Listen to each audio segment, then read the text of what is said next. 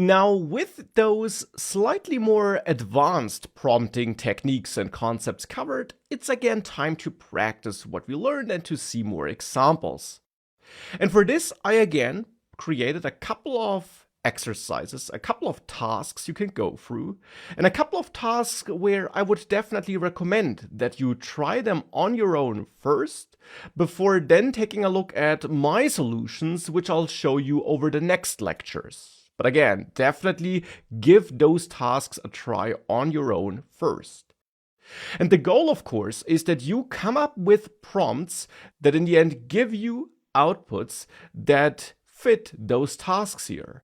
For example, for the first task, I want you to come up with a prompt that leads ChatGPT to create a modern minimal CV website where your image is included, and below that image a list of working experience and a list of skills is shown. And you should create a prompt that in the end leads to ChatGPT giving you the HTML and CSS code for such a website. And of course, you should also tell ChatGPT what the general structure of that website should be and which content should be in that website.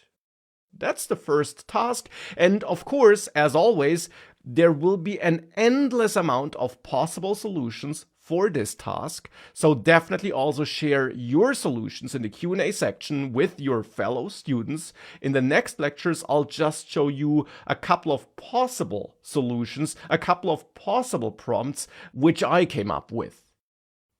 Now, the second task will be about writing a newsletter email. So ChatGPT should, of course, write that newsletter email. You should write a prompt that leads to that newsletter email being written by ChatGPT. And in that newsletter email that should be written by ChatGPT, you want to have 2 new posts that you might have on some fictional website being mentioned by ChatGPT.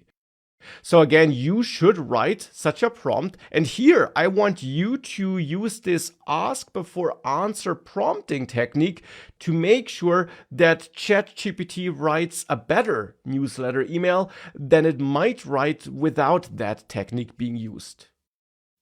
Now, last but not least, for this last exercise here, I want you to, in the end, get ChatGPT to give you the code for a program that takes some input text and then encodes that text by shifting every character 1 character to the left, so that a D, for example, becomes a C, an E would become a D, and so on.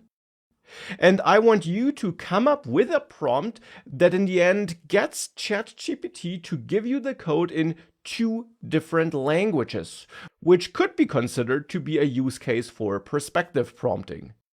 So these are your tasks. Definitely try coming up with those prompts and getting those results on your own. In the next lectures, we'll go through them together.